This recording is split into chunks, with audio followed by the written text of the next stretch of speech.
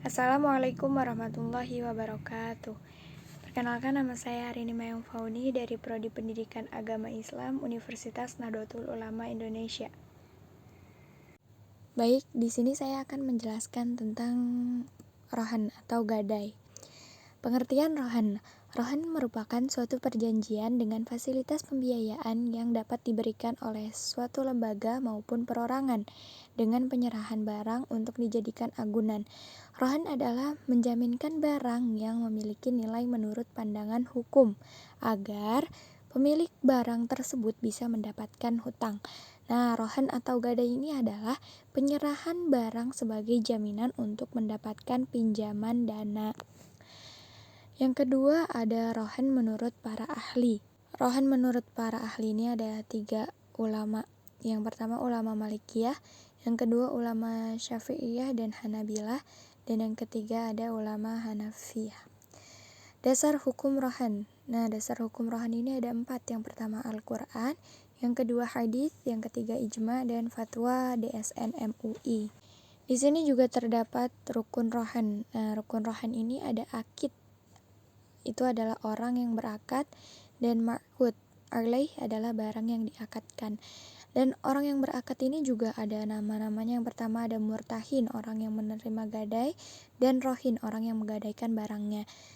Nah, barang yang diakadkan tadi yang ma'hud alaih itu juga terdapat 2. Yang pertama ada marhun, barang yang digadai, dan marhun bihi, hutang yang karena yang diadakan akad rohan. Nah, syarat. Di sini ada syarat-syarat rohan. Nah, tidak semua barang bisa dijadikan barang yang digadaikan, juga memiliki 2 syarat yang harus dipenuhi. Nah, jika syarat 2 ini tidak ada dan barang yang digadaikan, maka jual beli rohan tidak sah karena barang yang digadaikannya tidak memenuhi syarat.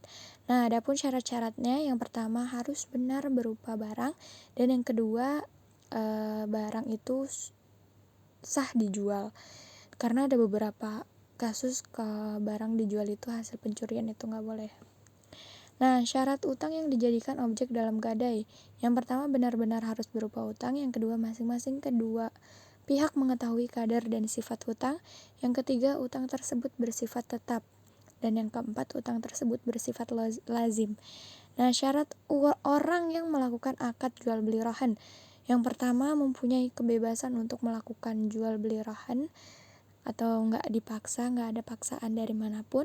Dan yang kedua layak untuk melakukan transaksi sosial, kayak sadar, tidak gila gitu. Nah, sekarang perbedaan penggadaian syariah dan konvensional. Yang pertama penggadaian syariah. Nah, penggadaian syariah ini tidak mengenal sistem bunga dan objek-objek halal. Sedangkan penggadaian konvensional ini penerapannya menggunakan sistem bunga. Nah, yang kedua, penggadaian syariah ini kelebihan penjualan barang jaminannya akan dikembalikan pada nasabah. Tapi kalau di penggadaian konvensional ini, kelebihan penjualan barang jaminan tidak dikembalikan kepada nasabah.